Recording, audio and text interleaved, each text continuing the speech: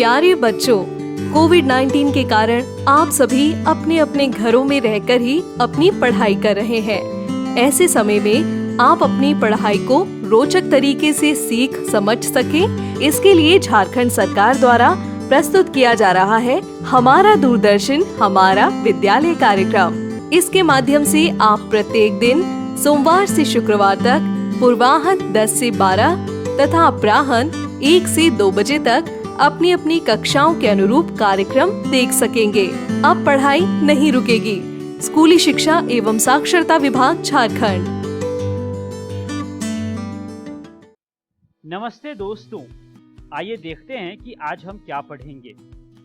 हम एपिसोड की शुरुआत कक्षा 9 के इंग्लिश के chapter in the kingdom of fools के साथ करेंगे और ठीक इसके बाद कक्षा 11 में इंग्लिश के ही chapter the summer of beautiful white horse को करेंगे।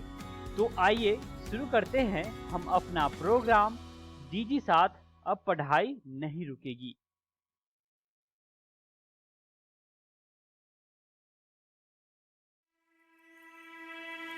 हेलो दोस्तों, कैसे हैं आप सब? आज हम आपकी बुक मोमेंट्स के chapter number 4 in the kingdom of fools के आगे का भाग पढ़ेंगे। इस वीडियो में हम पढ़ेंगे कि हमने पिछली वीडियो में क्या पढ़ा था और जो आज हम पढ़ने वाले हैं उससे परिचय। न्याय के देवता की हिस्सेदारी। रॉयल्स को तुरंत निष्पादित क्यों किया गया? लोगों ने गुरु से क्यों विनती करी?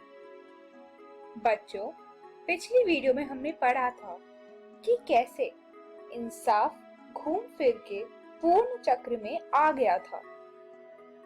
नई स्टेक मतलब धारीदार लकड़ी का कैसे उपयोग किया गया था, लेकिन अमीर व्यापारी के पतले होने के कारण उसे काम में नहीं लाया जा रहा था। लेकिन जब उन्होंने शिष्य को मोटा पाया तो उन्होंने सोचा कि इस मोटे आदमी पर स्टेक का एग्जीक्यूशन हो सकता है कि कैसे गुरु अपने शिष्य को बचाने के लिए पहुंचे। दोस्तों, आज हम इस वीडियो में पढ़ेंगे कि कैसे गुरु की बुद्धिमत्ता ने शिष्य की जिंदगी बचा ली। राजा और उनके मंत्रियों को लालच के वजह से मरना पड़ा। प्रजा के लोग मजबूर थे, इसलिए उन्होंने गुरु को राजा बनने को बोला। तभी से ही यह राज्य एक आम राज्य की तरह बन गया। तो आइए दोस्तों, आगे का चैप्टर पढ़ते हैं। The stake of the god justice. न्याय के देवता की हिस्सेदारी। जब गुरुजी ने बोला कि वह पहले मरना चाहेंगे तो राजा दुविधा में आ गया कि गुरु ऐसा क्यों बोल रहे हैं। तब राजा ने गुरु से पूछा कि आप ऐसा बिहेवियर मतलब स्वभाव क्यों दिखा रहे हैं। तब गुरु ने बोला कि ये जो स्टेक है वह न्याय की स्टेक है। इससे कभी भी कोई क्रिमिनल मतलब चोर नहीं मरा है। इसीलिए जो भी इससे सबसे पहले मरेगा वो अगला जन्म राजा के रूप में लेगा और दूसरी बार जो मरेगा वह मंत्री के रूप में जन्म लेगा। गुरु ने बोला कि वह अपनी बेकार जिंदगी से तंग आ गए हैं और एक राजा या मंत्री के रूप में अपनी जिंदगी व्यतीत करना चाहते हैं। उन्होंने राजा से बोला कि वह अपने शब्द रखे और सबसे पहले गुरु को ही मृत्यु दे। यह बात सुन के राजा दुविधा में आ गए। उनको अपना राज्य भी संभालना था और अगले जन्म में राजा भी बनना था। तो उन्होंने अपने मंत्री से बात करके ये फैसला लिया कि वह स्टेक में सबसे पहले जाएंगे, जिससे उनका अगला जन्म राजा के रूप में ही हो। उस रात राजा और मंत्री को उनके नौकरों ने स्टेक से मारा, सिर्फ इसी लालच में कि अगले जन्म में वह राजा और मंत्री के रूप में ही पैदा होंगे। राज्य में पूरी रात शोक और दर्द मनाया गया। सबको राज्य के भविष्य की चिंता थी। इसीलिए उन्होंने गुरु और उसके शिष्य से विनती करी कि वह राजा और मंत्री का कारोबार संभाले। तभी से ही राज्य के सभी रूल्स मतलब नियम बदल गए। रात में रात का काम और दिन में दिन का काम होने लगा और एक डड्डू में कुछ भी नहीं बिकता था। यह राज्य एक आम राज्य की तरह बन गया। तो बच्चों, आज हमने क्या सीखा? हमने सीखा कि न्याय के देवता की हिस्सेदारी कैसे रही। रॉयल्स मतलब राजा को तुरंत निष्पादित क्यों किया गया और लोगों ने गुरु से क्यों विनती करी। दोस्तों, आप भी घर जाके अपनी बुक मोमेंट से ये chapter in the kingdom of fools जरूर पढ़ें ताकि आपको ये चैप्टर अच्छे से समझ आ जाए। अगली वीडियो में हम इस चैप्टर के कुछ प्रैक्टिस क्वेश्चंस मतलब इम्पोर्टेंट क्वेश्चंस करेंगे जो आपकी परीक्षा के लिए बहुत ही जरूरी होंगे। तो मिलते हैं दोस्तों अगली वीडियो में। Thank you.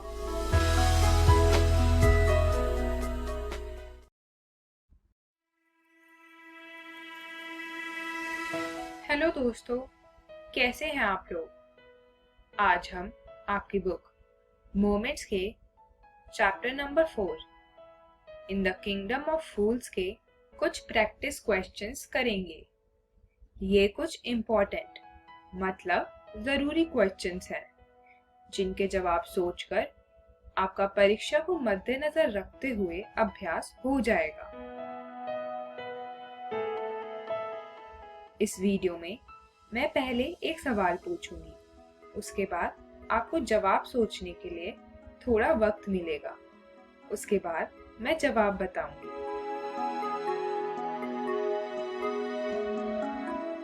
पहला सवाल है, What are the two strange things the Guru and his disciple find in the kingdom of fools? गुरु और उनके शिष्य को मूर्खों के राज्य में क्या दो बातें अजीब लगी?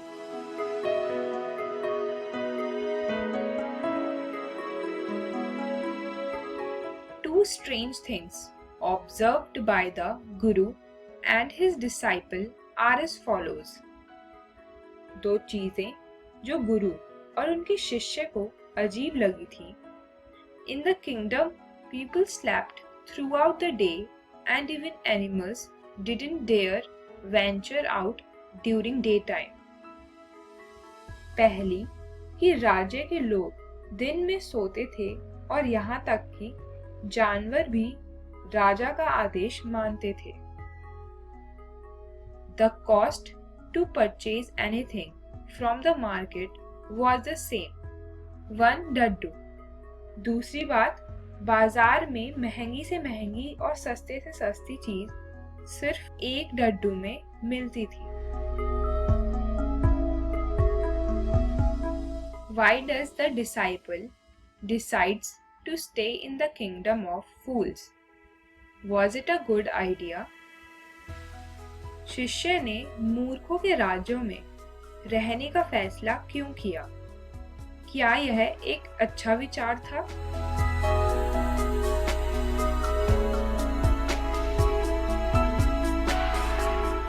He was delighted that everything cost a single daddu, and whether they bought a measure of rice or a bunch of bananas. शिष्य इस बात से खुश हो गया था कि चाहे चावल हो या बहुत सारे केले, सब कुछ सिर्फ एक डड्डू का ही मिलता था। According to the Guru, staying there was not a good idea as they were all fools. गुरु के अनुसार इस राज्य में रहना अच्छा विचार नहीं था क्योंकि यहाँ सब मूर्ख रहते थे।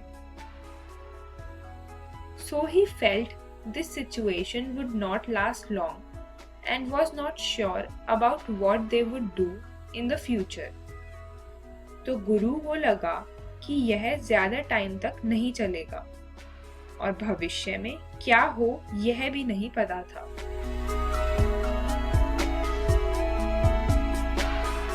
Name all the people who were tried in the king's court and give the reasons for their trial. उन सभी लोगों के नाम बताइए जिन्हें राजा के न्यायपाल में पेश किया गया था और उनके मुकदमे के क्या कारण थे।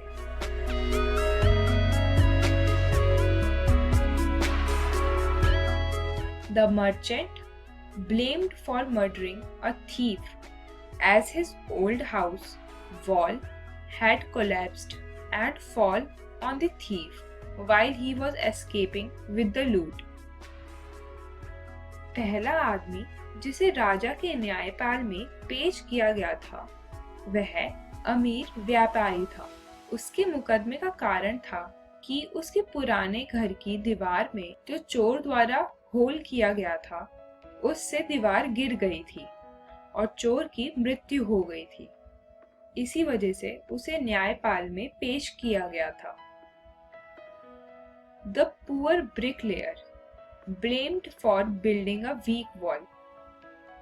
गरीब ब्रिकलेयर मतलब दीवार बनाने वाला इसलिए न्यायपाल में पेश किया गया था क्योंकि उसने खराब दीवार बनाई थी। The dancing girl, now an old woman, blamed for distracting the bricklayer. नृत्य करने वाली लड़की को न्यायपाल में इसलिए पेश किया गया था क्योंकि उसने ब्रिकलेयर का ध्यान खींचा था। The goldsmith, blamed for being lazy and made her walk to his house several times.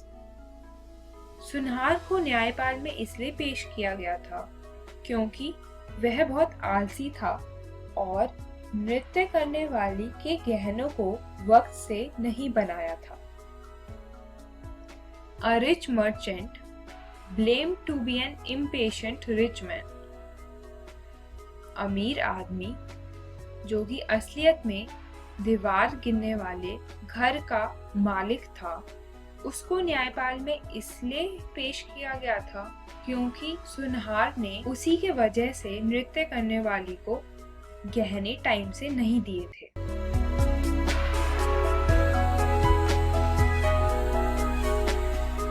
Who was the real culprit according to the king?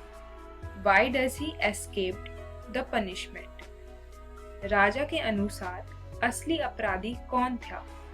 वह सजा से क्यों बच गया?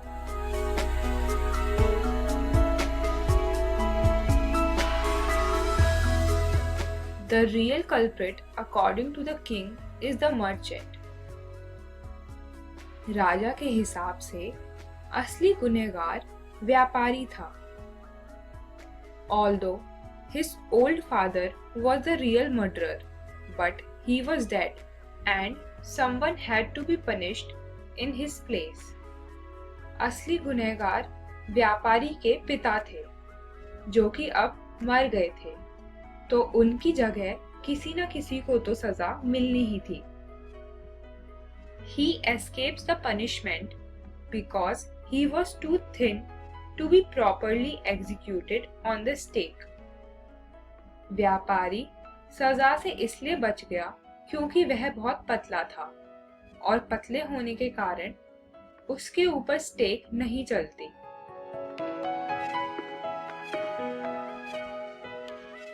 What were the Guru's word of wisdom? When does the disciple remember them? गुरु के ज्ञान के शब्द क्या थे? शिष्य उन्हें कब याद करता है?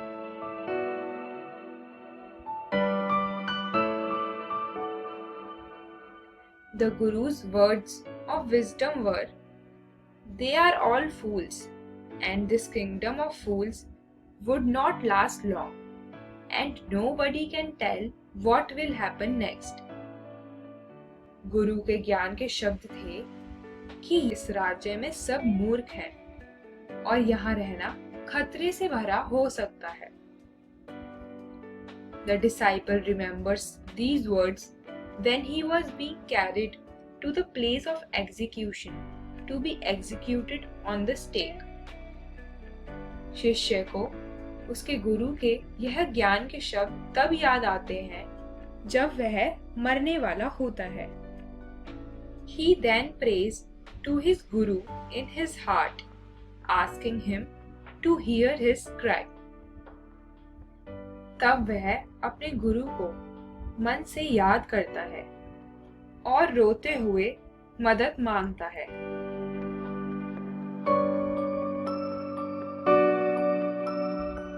How does the guru manage to save his disciple's life? गुरु अपने शिष्य के जीवन को बचाने का प्रबंधन कैसे करते हैं?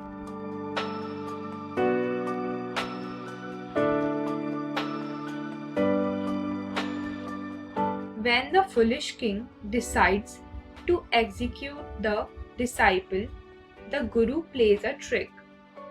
जब मूर्ख राजा डिसाइपल को मारने वाला होता है तो गुरु एक तकनीक अपनाते हैं।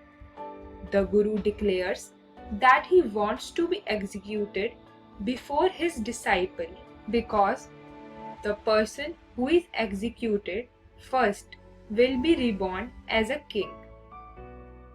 गुरु यह बताते हैं कि वह अपने शिष्य से पहले मरना चाहेंगे क्योंकि जो भी इस स्टेक से सबसे पहले मरेगा वह फिर से जन्म लेगा और राजा के रूप में जन्म लेगा। The king pushes the guru aside and gets executed so that he is reborn as a king in his next birth. यह बात सुन के राजा गुरु को पीछे हटाते हैं और स्टेक खुद पे एग्जीक्यूट करते हैं जिससे वह राजा के रूप में फिर से जन्म ले। तो दोस्तों, आज हमने क्या पढ़ा? आज हमने इस चैप्टर के कुछ प्रैक्टिस क्वेश्चंस किए जो आपकी परीक्षा के लिए बहुत इम्पोर्टेंट मतलब जरूरी थे। आप भी घर जाके अपनी बुक मोमेंट से ये chapter in the kingdom of fools जरूर पढ़ें ताकि आपको ये चैप्टर अच्छे से रिवाइज हो जाए। आज के लिए सिर्फ इतना ही। Thank you.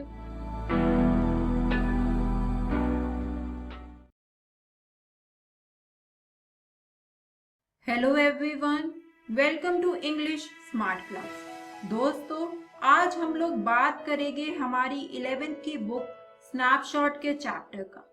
इस चैप्टर का नाम है the summer of the beautiful white horse.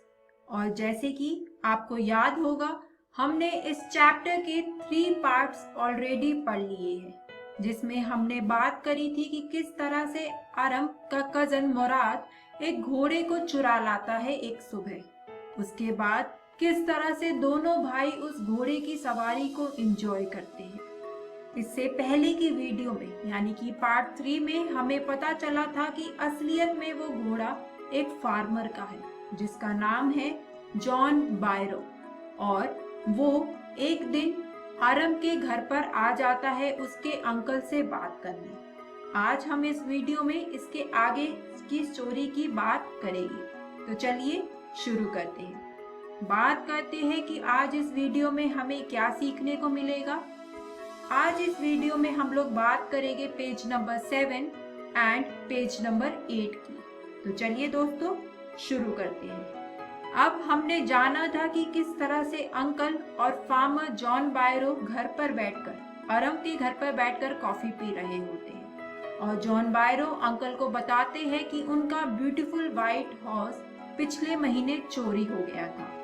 चलिए देखते हैं इस पर अंकल का क्या रिएक्शन रहा। ये सुनकर अंकल बहुत ज्यादा इरिटेटेड हो गए और वो बोलते हैं, it's no harm, what is the loss of a horse?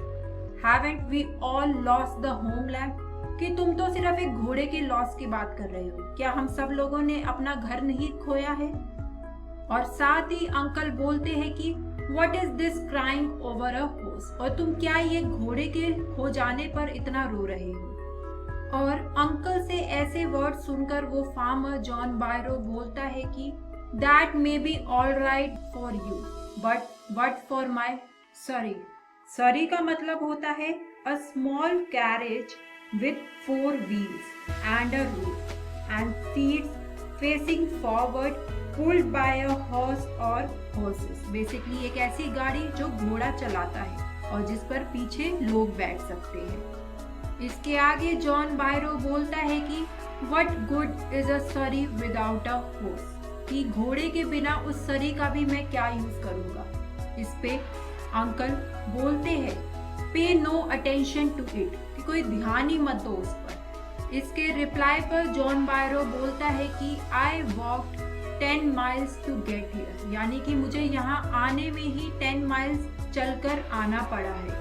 और ये सुनकर अंकल रिप्लाई करते हैं यू हैव लेग्स, कि तुम्हारे पास लेग्स है, उनका यूज करो। अगर तुमने चलकर भी आए हो तो लेग्स का तो वही काम होता है। और ऐसा सुनकर वो फार्मर जॉन बायरो बड़ी सैड टोन में बोलता है माई लेफ्ट लेग पेन्स मी, कि मेरी लेफ्ट लेग में बहुत दर्द होता है। और ये सुनकर फिर से अंकल बोल देते हैं पे नो अटेंशन टू इट, कि कोई ध्यान ही मत दो उस पर। इसके बाद वो फार्मर जॉन बायरो फिर बोलता है दैट हॉर्स कॉस्ट मी $60, कि वो जो घोड़ा था, वो जो सफेद ब्यूटीफुल वाइट हॉर्स था, वो उसे उस फार्मर को $60 का पड़ा है। इस पर अंकल बोलते हैं आई स्पिट ऑन मनी। ये सुनकर वो फार्मर अरम के घर से चला जाता है। इसके बाद अरम हमें बताता है कि किस तरह से जैसे ही वो फार्मर उनके घर से जाता है, वो भागकर अपने कजन के पास आता है।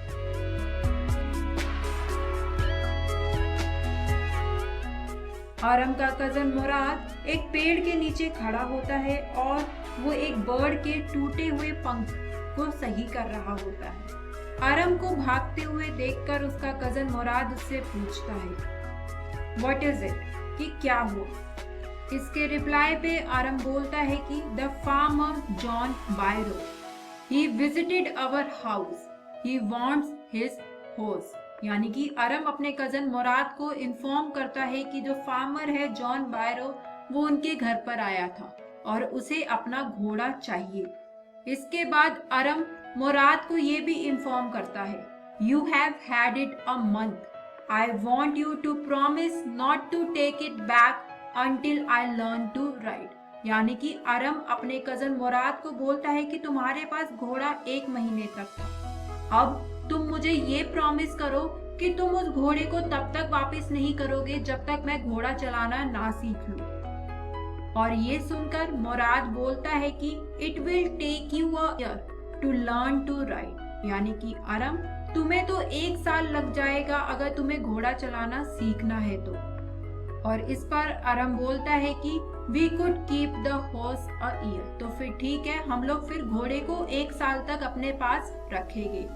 और ये सुनकर मुराद बहुत शॉक हो जाता है और वो बोलता है व्हाट, कि तुम क्या कह रहे हो। और इसके साथ ही मुराद ये भी बोलता है the horse must go back to its true owner, कि घोड़ा उसके असली ओनर के पास वापस जाना चाहिए। इस पर अरम बोलता है कि व्हेन, आखिर कब। इस पर मुराद उसे इन्फॉर्म करता है इन 6 months एट द लेटेस्ट। और मुराद ये बोलने के साथ ही उस बर्ड को उठाता है और उसे हवा में उछाल देता है। वो बर्ड, क्योंकि उसका पंख अभी टूटा हुआ होता है, कभी नीचे गिरता है, फिर वो थोड़ा उड़ने की कोशिश करता है, पर वो फिर जमीन पर आ जाता है और फिर वो एक लंबी उड़ान लेते हुए सीधा आसमान में निकल जाता है। इसके बाद अरम हमें बताता है कि early every morning for 2 weeks, यानी कि अगले 2 हफ्ते तक डेली वो और उसका कजन मुराद उस वाइन यार्ड में जाते और उस घोड़े को वहां से निकाल कर उस पर राइड करते। अरम घोड़ा चलाना सीखता और ऐसा चलता रहा 2 weeks तक। लेकिन एक मॉर्निंग जब वो उस घोड़े को लेकर वापस आ रहे थे तो उनके रास्ते में उन्हें वो फार्मर जॉन बायरो मिल गया। फार्मर को सामने देखते हुए मुराद अपने कजन अरम से बोलता है, let me do the talking, I have a way with farmers, कि तुम मुझे बात करने देना, मेरा एक तरीका है फार्मर्स के साथ। और मुराद फार्मर को जॉन बायरो को देखकर बोलता है, गुड मॉर्निंग। इस पर जॉन बायरो भी रिप्लाई करते हैं, good morning son of my friends.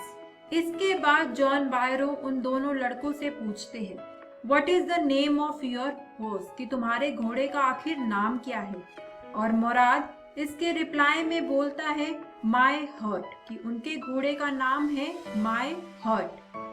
और ये सुनकर वो फार्मर बोलता है, a lovely name for a lovely horse. और इसके बाद वो फार्मर बोलता है कि I could swear it is the horse that was stolen from me many weeks ago. और जॉन बायरो उन लड़कों से बोलता है कि May I look into his mouth, कि क्या मैं तुम्हारे घोड़े के मुंह में देख सकता हूँ।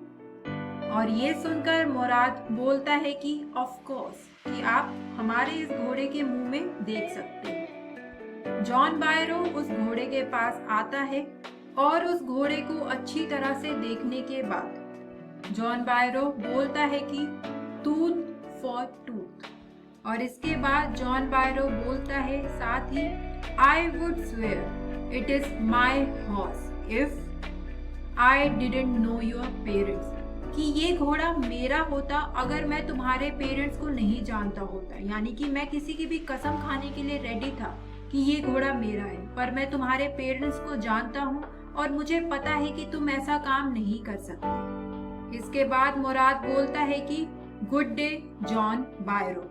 यहाँ पर जॉन बायरो ने उन लड़कों को कुछ इसलिए नहीं कहा क्योंकि जॉन बायरो को उनकी फैमिली की ऑनेस्टी के बारे में पता था। इसके बाद अरब हमें बताता है कि उसके बाद वाली मॉर्निंग पर वो उस घोड़े को ले जाते हैं और जॉन बायरो के वाइन यार्ड में उसे जाकर छोड़ देते हैं। इसके बाद अगली आफ्टरनून पर जॉन बायरो फिर से अरम के घर पर आता है और वो अरम की मदर को अपना घोड़ा दिखाकर बताता है कि यही घोड़ा था जो उसका चोरी हो गया है और अब वो उसे वापस मिल गया है। ये सुनकर उसके अंकल काफी गुस्सा हो जाते हैं और वो बोलते हैं, क्वाइट मैन क्वाइट, शांति, यानी कि बिल्कुल शांति। और इसी के साथ साथ अंकल ये भी बोलते हैं कि तुम्हें तुम्हारा घोड़ा वापस मिल गया है ना, तो अब इस चीज पर, इस मुद्दे पर कोई अटेंशन मत करो। तो दोस्तों, इसी के साथ हमारा ये चैप्टर अब यहीं पर खत्म होता है। बात करते हैं कि आज इस वीडियो में हमने क्या सीखा। आज इस वीडियो में हम लोगों ने बात करी पेज नंबर 7 और पेज नंबर 8 की, कि जाना कैसे फाइनली वो ब्यूटीफुल व्हाइट हॉर्स अपने राइटफुल ओनर के पास, जो कि जॉन बायरो था, उसके पास पहुंच जाता है और किसी को पता भी नहीं चलता कि वो घोड़ा अरम और मुराद ने चुराया। दोस्तों, ये चैप्टर है हमारी बुक स्नैपशॉट से। घर जाकर इस चैप्टर को पढ़ना ना भूलिएगा। इससे अगली वीडियो में हम लोग बात करेंगे इसके प्रैक्टिस क्वेश्चंस की। तो दोस्तों, मिलते हैं नेक्स्ट वीडियो में। नमस्ते दोस्तों, आइए देखते हैं कि आज हमने क्या क्या पढ़ा। आज हम कक्षा 9 में इंग्लिश के chapter in the kingdom of fools को पढ़ा। ठीक उसके बाद कक्षा 11 में इंग्लिश के ही chapter the summer of beautiful white horse को पढ़ा। इस प्रसारण से संबंधित सुझाव, अपने प्रश्न इत्यादि आप हमें jcerg@gmail.com तथा टोल फ्री नंबर 1800 5728 585 पर संपर्क कर सकते हैं।